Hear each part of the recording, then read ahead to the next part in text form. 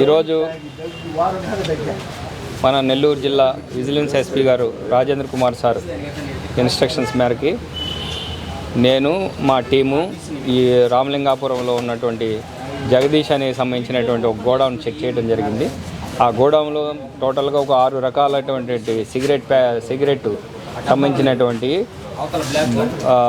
పట్టుకోవడం జరిగింది. ఈ టోటల్గా 1,67,00,000 రూపాయలు విలువ కలిగే సిగరెట్స్ ఈ ఇండియన్ మేడు ప్లస్ ఈ ఫారెన్ సంబంధించినటువంటి 2 మోడల్స్ ఈ ట్రాన్స్పోర్ట్లో ఇక్కడ తీసుకొచ్చామని చెప్పినారు.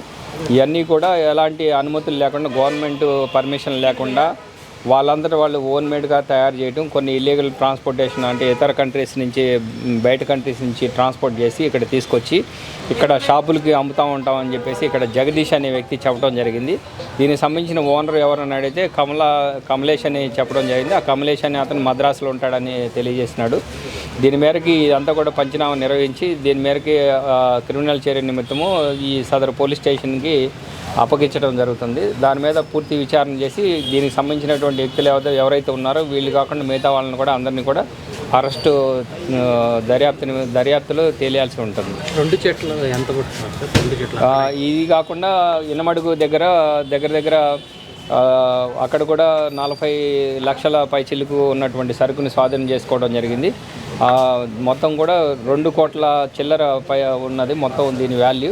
ఇది పూర్తి మొత్తం లెక్కిస్తూ ఉన్నాము. మొత్తం లెక్కింపు అయిన తర్వాత మళ్ళీ తర్వాత తెలియజేయడం జరుగుతుంది.